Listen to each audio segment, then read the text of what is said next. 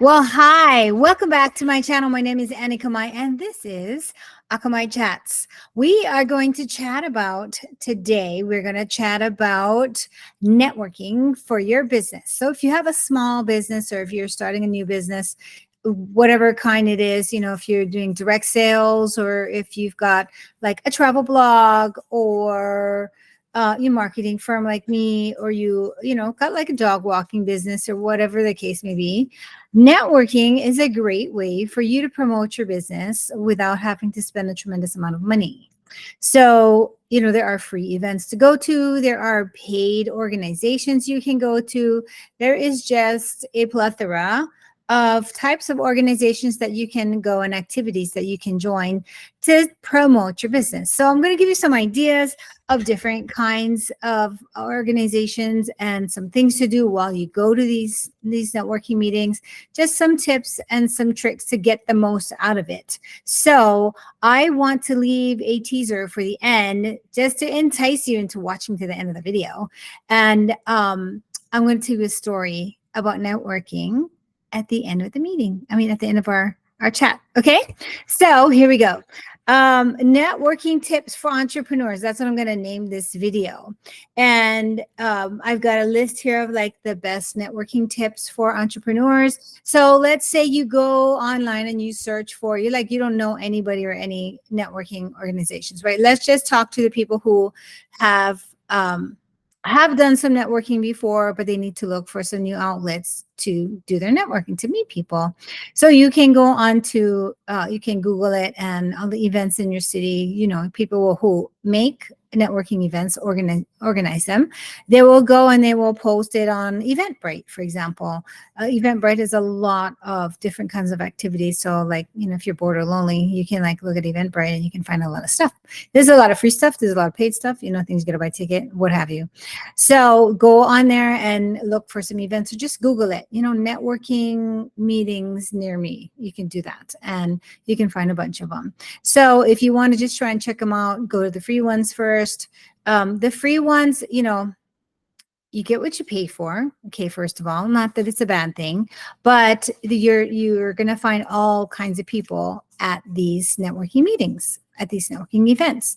So the key thing to remember when you go to these networking organizations is you're there to promote your business and introduce people who you could partner up with, or send each other referrals. If you have a similar customer, let's just say your customer is a stay-at-home mom.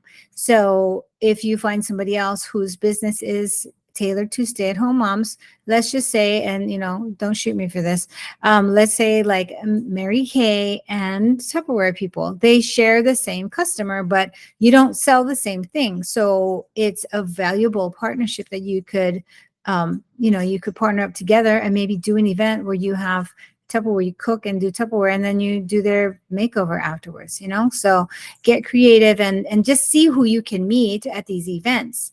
So the first tip to do when you are getting ready to go to your networking meeting, first of all, is you have to figure out an objective for yourself so that you can get the most out of your time. These things can be like an hour and a half, maybe to 2 hours, depending. It's longer when you meet up with a bunch of friends and you'll end up chit-chatting and, having a drink or two or some, poo-poos, whatever. Then it could become a more lengthy evening, but like an hour and a half tops, I think, would be enough to work the whole room and meet the interesting people that you want to meet. So have an objective. What do you want to get out of this meeting? And I will tell you at the end what not to do. Okay, so that's going to be my big surprise. What not to do, because you want to avoid some of the huge mistakes that people make. And depending on your size of town, when people see you, they'll go running. So anyways, when you're getting ready for your to go network, you're going to have like business cards. Okay. And people like to use the digital business card nowadays. I have one, but I very rarely use it because the physical card is an opportunity. It's a marketing opportunity because most people don't throw business cards away. I've got stacks of them from like years ago, and every once in a while, I'll go through them and because people just they may not work at that company anymore. They may be out of business, whatever. But I don't throw business cards away because you never know when you're like, hey, Annie, do you know a guy that does, um, like tile repair? And I'm like, off the top of your head, like, oh yeah, I know 10 guys that do tile repair. No, you don't.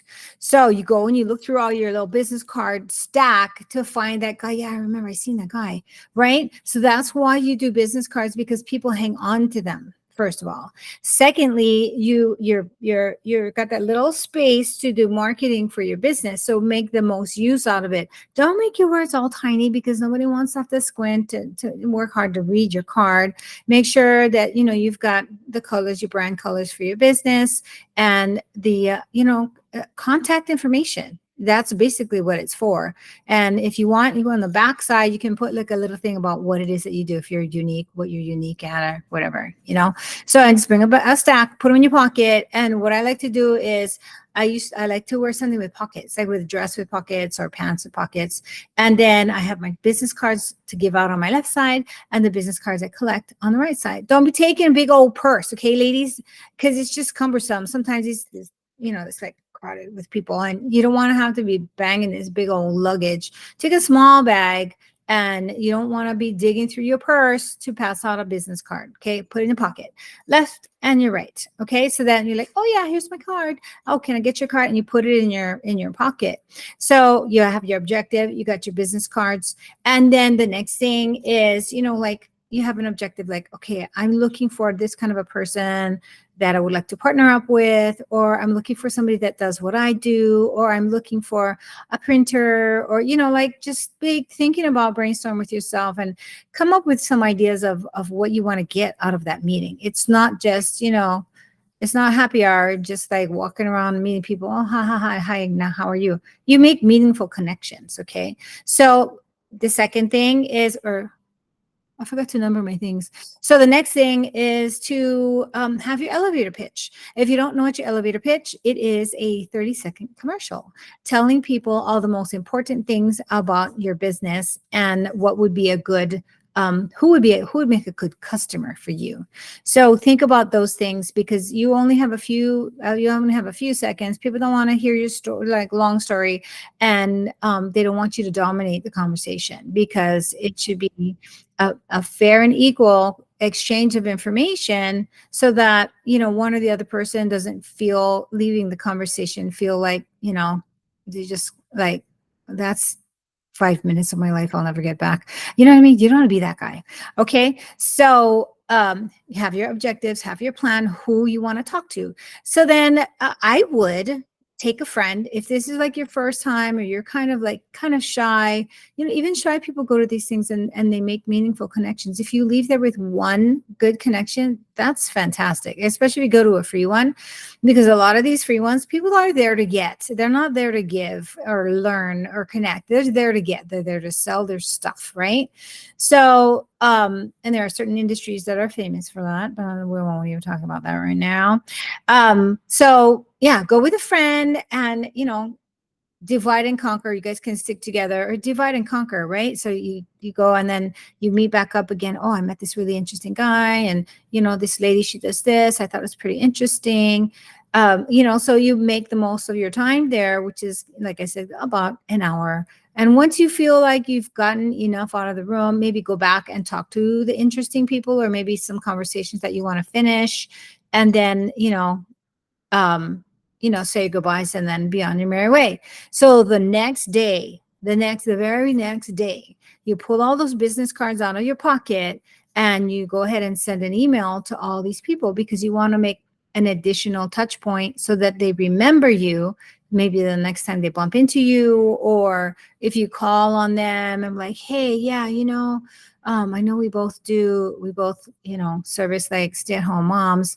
I was thinking, you want to go to coffee and let's learn a little bit more about each other's business and see if there's any way we can help each other. Or, if you know any of your customers who would like to have a free makeover, or if I know any of my customers that would like to have a Tupperware demonstration in their home, a cooking demonstration in their home, we can talk about that. So send emails to these people that you made some meaningful connections with, and try to cite a particular part of the conversation that you had with them, so they know that you're paying attention. Okay, so you're not just going to go there and just like, just flap your gums. You got to make some meaningful conversations so that you have something, like a little piece of information to email them, like, hey, I know we were talking about how you love to go up to Mount Charleston. I know somebody that can repair your car, or you know what I mean, right? I don't need to make up all kind of examples.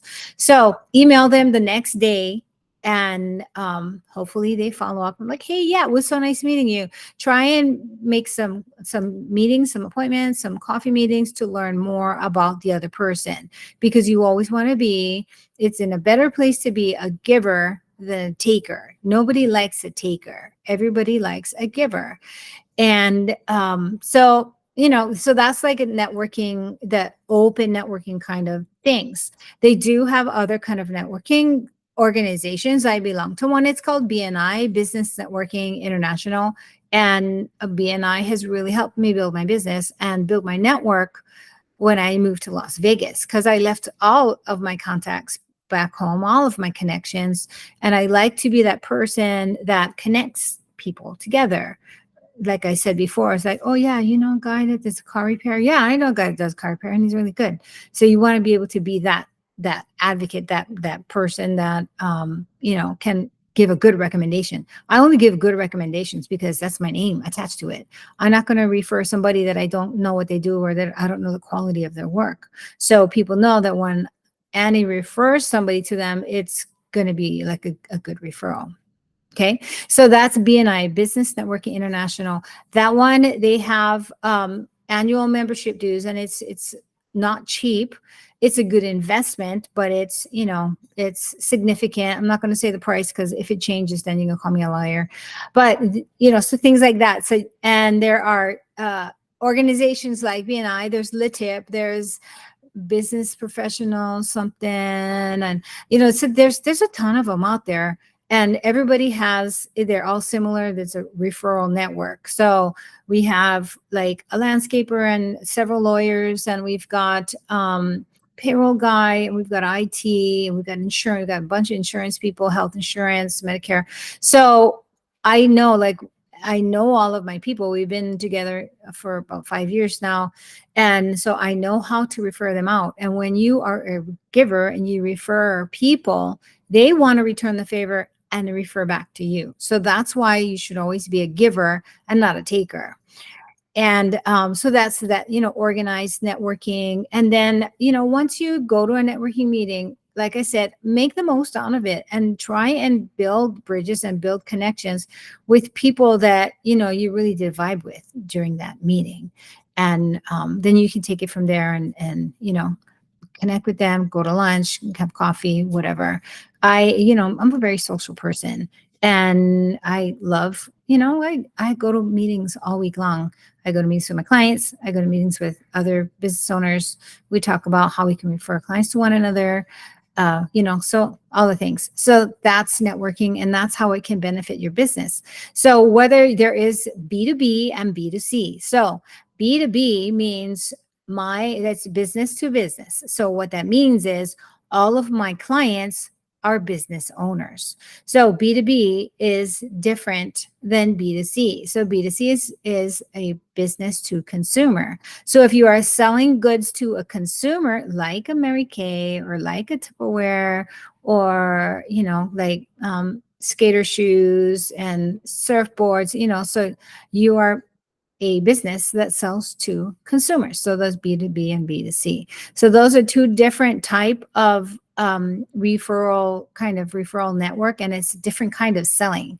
So B2B, which is business to business, takes a little while, right? It takes a little while because you've really got to build, you got to build your network, you got to build trust, you've got to build credibility. People got to know that you have expertise and that you can do the job that you're saying that you can do. And B2C is very similar, only in that selling to consumers is different because they don't want to be sold to. it's a little harder. B2B is a little easier because, business owners want solutions to make their business life easier and better and take some stuff off of their plate. So they are more willing to, have conversations with you. So I share that because depending on what kind of business you have, when you go to these networking meetings, if you're a B2C, you're really looking for people who service consumers, like somebody that's a life insurance salesman, or I have a friend that is a insurance broker. So he does sell to business owners like commercial insurance, but a lot of what he does is selling to consumers. So if I had a business to consumer business, somebody like my friend who is an insurance broker, he would be, a pretty good referral partner for me. So, and okay, let me see what else. And I'm gonna check my list. Okay, hold on. Provide value first, maintain relationship, utilize business cards. Yeah, so I had to Google all these tips, and I guess I covered them all. So to recap,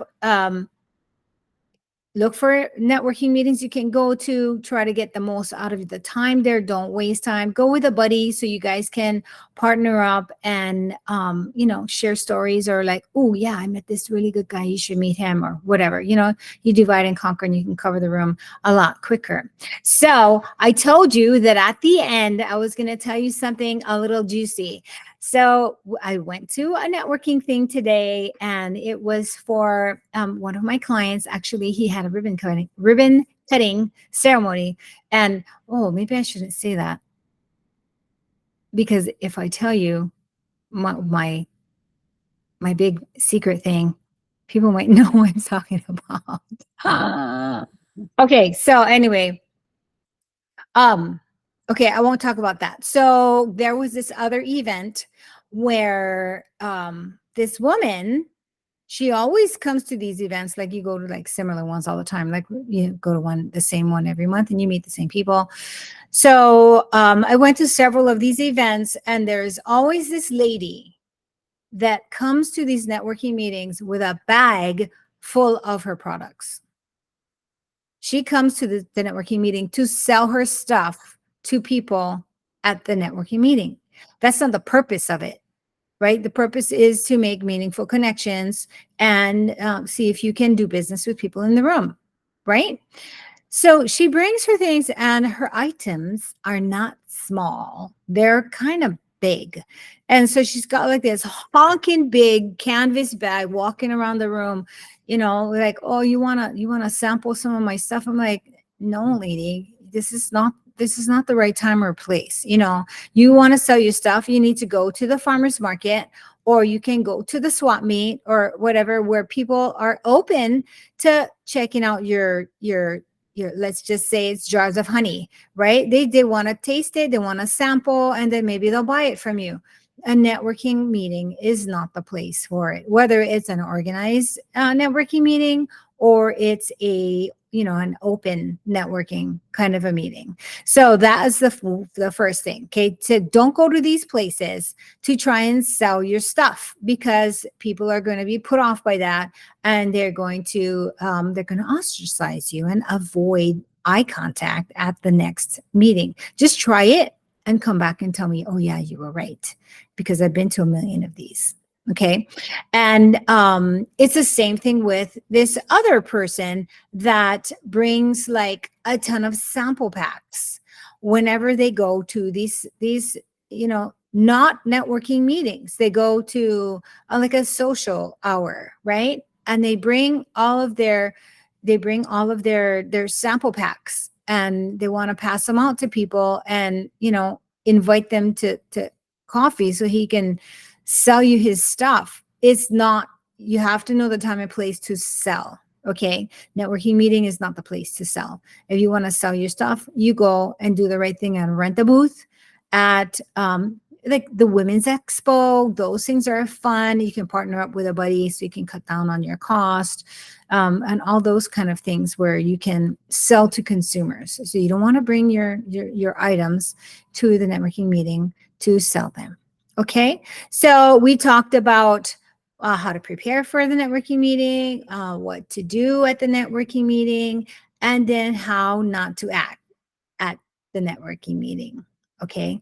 So that's what I had to share for today. I hope you've got something out of it, and that you go to a networking meeting and you can come back to my video and make a comment. Hey Annie, guess what? I went to the meeting and you're right. Nobody wants to talk to me because I want to sell them my stuff.